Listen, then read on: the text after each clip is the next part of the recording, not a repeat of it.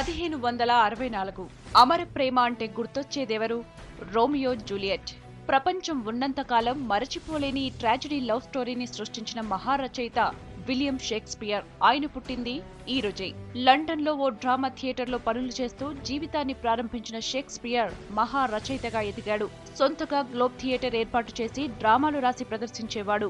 England చరిత్రలో powerful మహారాణిగా పేరున్న Elizabeth కోసమే షేక్స్పియర్ ప్రత్యేకంగా డ్రామాలు రాసేవాడు. రోమియో జూలియట్ తో పాటు హామ్లెట్, మాక్బెత్, ఒథెల్లో లాంటి మరపురాని ట్రాజెడీలు అందించాడు. Merchant of Venice, comedy of errors లాంటి కామెడీలను, చారిత్రక నాటకాల్ని రాశాడు. ఇయాగో, షైలాక్, ఫాల్స్టాఫ్ లాంటి అజరామర పాత్రల్ని సృష్టించాడు. ఇంగ్లీష్ సాహిత్య చరిత్రను షేక్స్పియర్ కు ముందు వెనక అని విభజించి చదువుకునేలా చేశాడు. తన డ్రామాల్లో 20,000 వరకు ఇంగ్లీష్ పదాలు వాడి అత్యధికంగా పదాలు వాడిన రచయితగా పేరు పొందాడు. ప్రపంచమే ఒక నాటక రంగమని చెప్పిన షేక్స్పియర్ ఇదే రోజున చనిపోయాడు. ఇప్పుడు మనం ఇంగ్లీష్ లో ఉపయోగించే చాలా సామెతలు, జాతీయాలు షేక్స్పియర్ సృష్టే.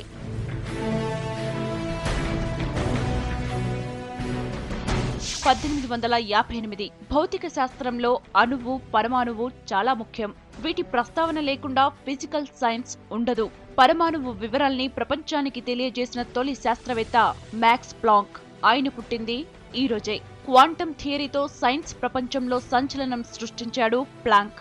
దీనికి 1918లో నోబెల్ ప్రైజ్ అందుకున్నారు. 1891 తెలుగు భాషను, సాహిత్యాన్ని పెంచి పోషించిన సాహితీవేత్తల్లో ఒకరు శ్రీపాద. ఆయన పుట్టింది ఈ రోజే. శ్రీపాద పూర్తి పేరు శ్రీపాద సుబ్రహ్మణ్య శాస్త్రి. వేదాలను ఔపోసాన పట్టిన సంస్కృతాన్ని పూర్తిగా పక్కన పెట్టారు. అచ్చ తెలుగులో రచనలు చేశారు. తెలుగులో వచ్చిన గొప్ప ఆత్మకథల్లో ఒకటిగా చెప్పుకునే అనుభవాలు, జ్ఞాపకాలు శ్రీపాద రచనే. తేట తెలుగు పదాలతో తన అనుభవాల్ని ప్రపంచం ముందుంచారు శ్రీపాద. చిన్న కథలకు ప్రాణం పోసి వాటికి కావ్యాలతో సమానమైన హోదాను కల్పించారు శ్రీపాద. తెలుగు భాష, తెలుగు ప్రజలు, తెలుగు సంస్కృతి అంటే శ్రీపాద వారికి ప్రాణం. వాడుక భాషకు ప్రాణం పోసిన వారిలో ఆయన ఒకరు. 1927 బాలల దినోత్సవం పిల్లలకు ఎంతో ఇష్టమైన రోజు.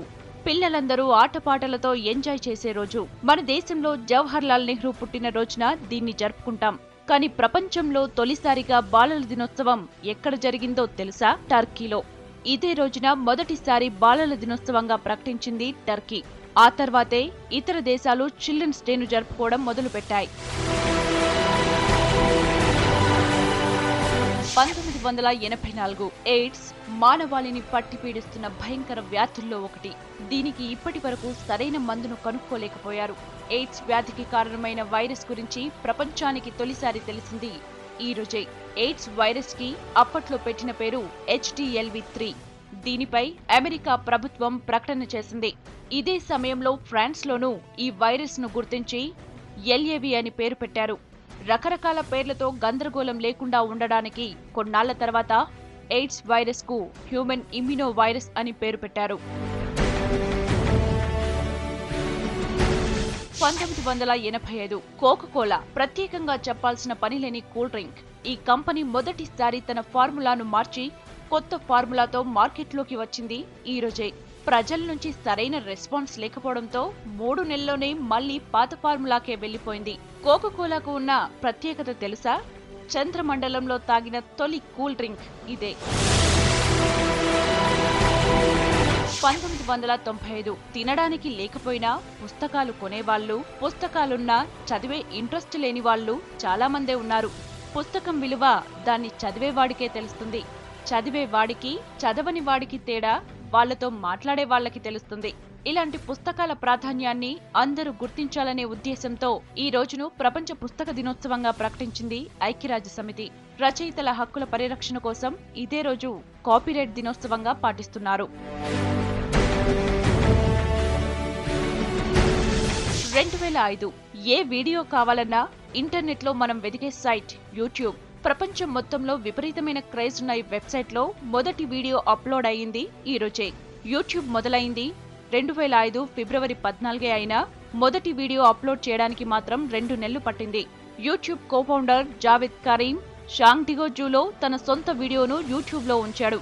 దాని పేరు మీ ఎట్ ద జూ. ఆ తర్వాత యూట్యూబ్ ప్రపంచం మొదలైంది. ఇప్పటికీ తొలి వీడియోకు ఏమాత్రం డిమాండ్ తగ్గలేదు.